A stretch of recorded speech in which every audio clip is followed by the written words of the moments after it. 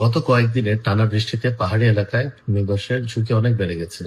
আপনারা যারা পাহাড়ের ঢালে ঝুঁকিপূর্ণ জায়গায় বা নিচু এলাকায় বসবাস করছে তারা দয়া করে সতর্ক থাকবে। বিশেষ করে শিশু, বৃদ্ধ, অসুস্থ ব্যক্তি এবং নারীদের নিরাপত্তার বিষয়টি আমাদের আগে নিশ্চিত করতে হবে। এই ধরনের অতিবর্ষণের সময় বৈদ্যুতিক কারণে বিদ্যুৎ স্পৃষ্ট হওয়ার ঝুঁকি অনেক বেড়ে যায়। তাই প্রয়োজন ছাড়া বাসা থেকে বের হবে না। সরকারি প্রতিটি সংস্থাকে বলা হয়েছে যথাযথ ব্যবস্থা নেওয়ার জন্য এবং স্থানীয় ক্ষতিগ্রস্ত জনগণকে নিরাপদ আশ্রয় নেওয়ার জন্য তারা আপ্রাণ চেষ্টা করে যাচ্ছে। চেয়ারম্যান, মেম্বার ও সংশ্লিষ্ট সবাইকে নিজ নিজ এলাকা থেকে সতর্ক অবস্থানে থাকার জন্য বিনীতভাবে অনুরোধ করছি।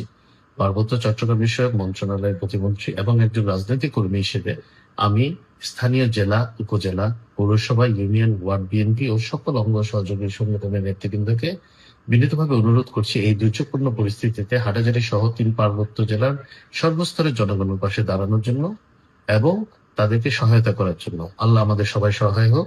ভালো থাকবেন, নিরাপদে থাকবেন এবং ইনশাআল্লাহ আমরা যেন এই দুর্যোগটাও সবাই মিলে ঐক্যবদ্ধভাবে পার করতে পারি, সুস্থভাবে, নিরাপদে। সবাই ভালো থাকবেন। আল্লাহ হাফেজ। বাংলাদেশ জিন্দাবাদ।